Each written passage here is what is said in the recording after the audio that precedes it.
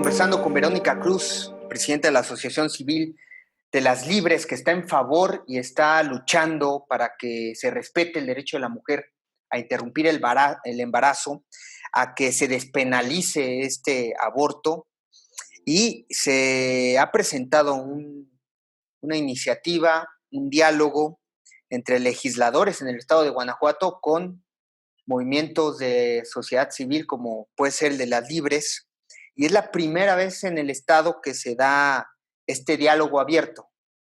Sí, aunque ¿cierto? virtual.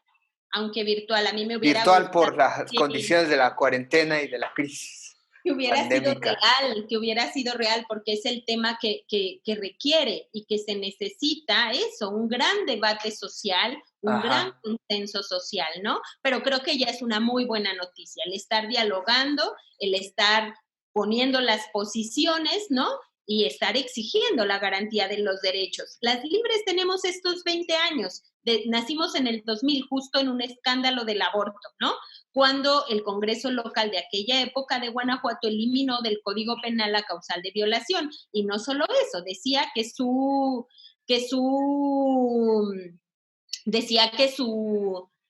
ley, que si las mujeres eran víctimas de violación e intentaban hacerse un aborto legal, ellas iban a ir a la cárcel hasta por 8 años. Nosotras dijimos, están como locos y no vamos a permitir eso. Entonces hicimos una gran movilización, logramos que el gobernador en turno vetara esa ley y a partir de ahí nos dimos cuenta que las mujeres en la vida real, aunque era legal, nunca había habido servicios de salud públicos que garantizaran el aborto legal en caso de violación. Entonces nosotras nos dedicamos a buscar a las niñas y a las mujeres víctimas de violación para garantizarles el aborto legal, ¿no? Y luchar mucho hasta lograr que los servicios de salud cumplieran con su obligación, ¿no?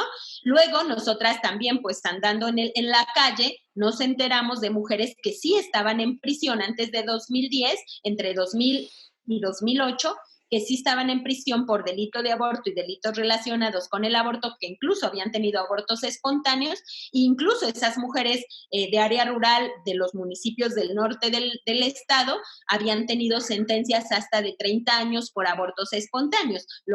Hicimos un gran escándalo, logramos su libertad en 2010 y por eso a raíz de esto nos dimos a la tarea de construir este diagnóstico nacional del nivel de la criminalización, no solo en Guanajuato, sino en todo el país.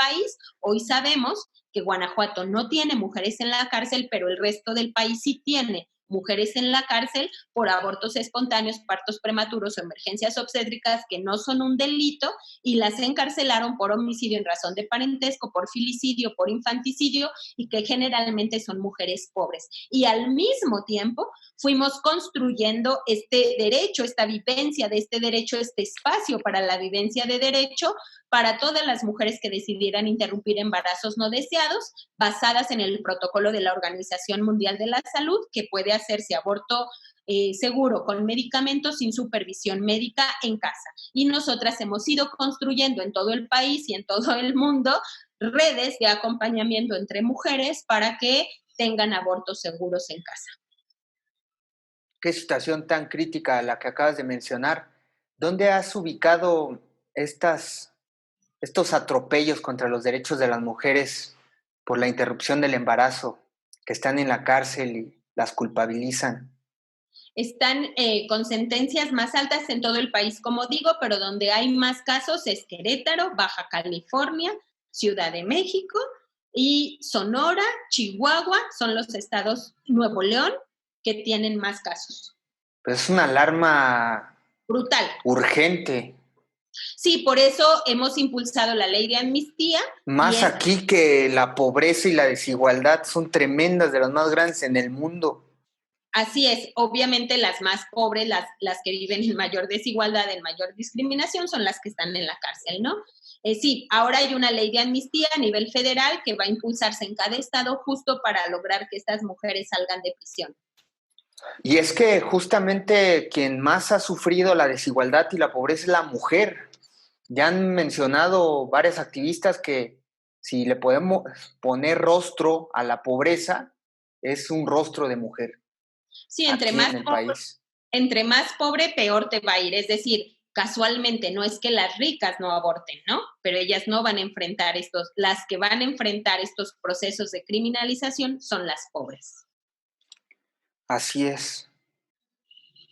Este tema de los derechos humanos debería facultar a que esto de inmediatamente se legisle en favor de las mujeres. Claro. Es más. Pero la reticencia y el problema es que se oponen estos grupos políticos. Y bueno, el problema de Guanajuato es que el PAN es mayoría, ¿no? Y el PAN... sí, controla todo. Dice, mis principios no me permiten, bla, bla, bla, ¿no? Y se echan puros rollos y nada de sensatez, pero al PAN, su ideología, tarde o temprano lo va a castigar. El PAN no puede vivir eternamente apelando a su ideología. La realidad se impone, la realidad se va a imponer, y si el PAN quiere seguir gobernando y de veras hacer ejercicios democráticos, o avanza en los derechos humanos de las mujeres o morirá. Oye, pero esta iniciativa, y esto comenzó por propuestas de ciertos diputados que están en la oposición. Sí, en 2018 el diputado del PRD, Basaldúa, metió la primera iniciativa, y previo al 8 de marzo de este año, la diputada y el diputado de Morena metieron otra iniciativa. Entonces se juntaron las dos iniciativas y son las que se están discutiendo. Ay, gracias a esta minoría se presentó este diálogo inusitado. Sí, de hecho, esa es la buena noticia, que estamos dialogando. Aunque no se legalice, ya valió la pena el diálogo. Pero ni siquiera, como tú bien decías, ni siquiera debimos estar discutiendo. Ajá. Es algo que tienen que garantizar. Exactamente, es una vergüenza que a estas alturas, en este siglo, en esta época, se esté dando la oportunidad de dialogar cuando es un derecho ya. Exacto. De facto para las mujeres. Y si fuéramos tiene que estar establecido en la Constitución. Y ya, si tú eres legislador, tendrías que saber que vas para garantizarles derechos a las personas, no para obstaculizar ejercicios de derechos por tus creencias. Sí, y más si te pronuncias que tú tienes una postura de vanguardia, que vas con el desarrollo y el progreso del mundo en la globalización, pues esto es inherente, es de facto. Y tus ideologías y creencias las puedes imponer a tu vida, pero no a la vida de ninguna otra persona, mucho menos cuando gobiernas. ¿Pero qué dice la Organización de las Naciones Unidas al respecto? No, la Organización Mundial de la Salud, la Organización de Naciones Unidas se han pronunciado N veces, miles de veces, diciéndole a México que tiene que legalizar, que está tarde, que está violando los derechos de las mujeres. Pero no pasa. No pasa nada. Quiere decir que hay un acuerdo de estos partidos que han estado en el poder, el PRI y el PAN, de favorecer ¿a quién? Al Instituto Eclesiástico, a grupos de a su alianza, a su alianza con la Iglesia Católica, claramente. O sea, a quien sí le rinden cuentas es a la Iglesia Católica, obviamente. Y la Iglesia criminaliza esta acción. Sí, totalmente, pero además...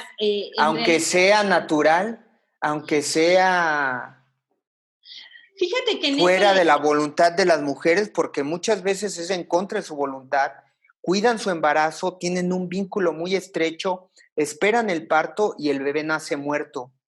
Y es un drama, porque la mujer sí quería al hijo, pero desgraciadamente ocurren estas situaciones naturales donde se pierde la vida justo en la concepción. Exacto, y ahí no tienes que penar. O sea, ahí la Iglesia ha tenido posiciones incluso un poco más avanzadas, incluso de decir, una cosa es que esté en contra del aborto y otra es que quiera a las mujeres en la cárcel, las mujeres pobres en la cárcel por abortar. Claro, pero si no las quieres, tendrías que luchar porque deje de ser un delito, ¿no? No puede ser nomás porque digas. Nada, o sea, yo creo que Guanajuato... y otros estados, como bien dices, el PRI y el PAN en realidad le están cuidando los intereses a otras personas. Al tema, sí, de la Iglesia, que les da muchos votos, y por eso, pues si no es gratuito, obviamente, ¿no?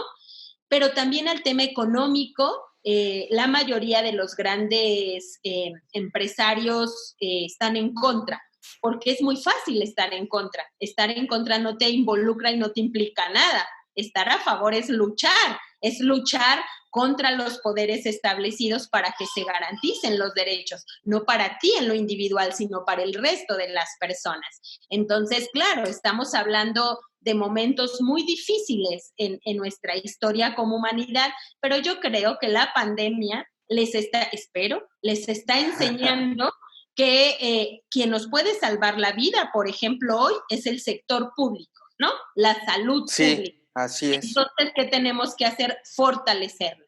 ¿Y qué tenemos que hacer? Claro.